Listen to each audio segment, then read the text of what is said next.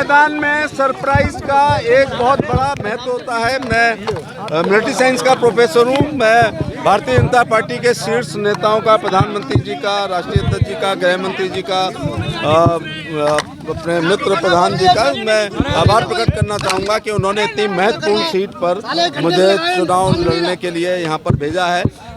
करहल की महान जनता के माध्यम से, अपने बूथ अध्यक्ष से लेकर राष्ट्रीय अध्यक्ष के माध्यम से, और प्रधानमंत्री की लोक कल्याणकारी योजना और राज्य सरकार की लोक कल्याणकारी योजना और बूथ अध्यक्ष से राष्ट्रीय अध्यक्ष ने परिश्रम की पराकाष्ठा से जो पसीना बहाया है, उससे यहाँ कमल खिलेगा। गुंडागर्दी दूर होगी, जमीनों पर कब्जे नहीं होंगे, अपहरण बंद होंगे और लड़कियों के साथ छेड़छाड़ बंद होंगी। भैंस की चोरी जो हुआ करती है वो तक बंद होगी, प्लाटों पे कब्जा बंद होंगे।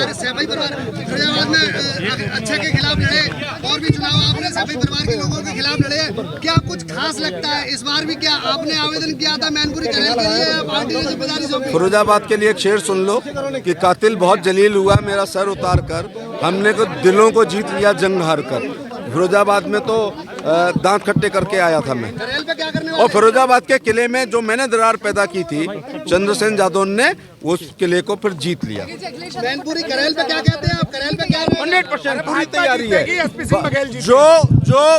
जो फौज शांति काल में पसीना बहा लेती है, उसको युद्ध के मैदान में खून बहाने की आवश्यकता नहीं होती है। ये भारतीय जनता पार्टी पिछले 5 साल से अपने राष्ट्रीय अध्यक्ष, प्रदेश अध्यक्ष, महामंत्री संगठन के नेतृत्व में बूथ से लेकर राष्ट्रीय स्तर पर काम कर रही है, उसके सहारे। और फिर एक बार कह रहा हूँ कि नरेंद्र मोदी, दुनिया के सर्वाधिक लोकप्रिय नेता नरेंद्र मोदी जी की लोक कल्याणकारी योजनाएं, राज्य की लोक कल्याणकारी योजनाएं और संगठन के माध्यम से करहल में कमल खिलेगा और विकास और विनाश के बीच में ये इलेक्शन होगा। लोग 12 से 17 के बीच की घटनाओं को नहीं भूले हैं और करहल और जसवंत नगर के आसपास के लोग खास तौर से इस बात से परिचित हैं कि बच्चा जब तक स्कूल से घर नहीं आ जाता था, माँ दरवाजे पे खड़ी रहती थी कि उसकी पकड़ तो नहीं हो गई।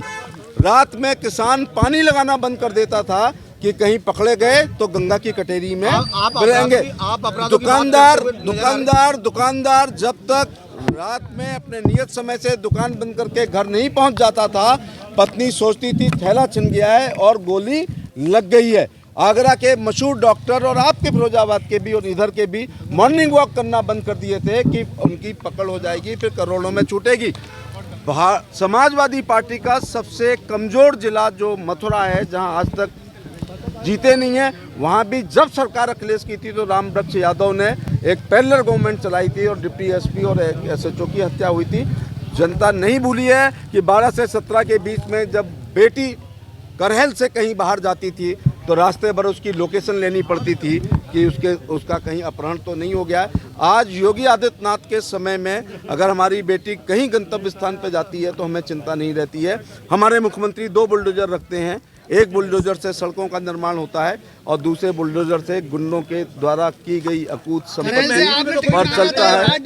कैसे वोट दे जनता? टिकट मांगा था या पार्टी ने दिया? मंत्री ने करहल से आपने टिकट मांगा था या पार्टी ने दिया?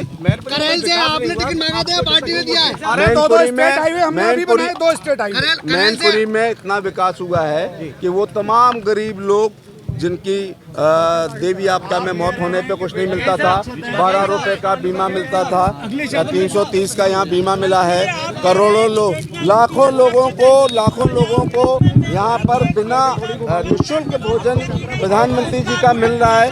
यहाँ पर आयुष्मान कार्ड लाखों की संख्या में मिले हैं, यहाँ पर शौचालय लाखों की संख्या में मिले हैं, यहाँ पर सड़कें हमारे शेरशाह सूरी केशव मौर्य ने यहाँ पर बनाई हैं। यहाँ पर हम ये देख रहे हैं कि श्रम विभाग में 75,000 लड़की की शादी को मिले हैं, 35,000 पहली बच्ची पैदा होने पे, दूसरी बच्ची पैदा होने पे 35,000।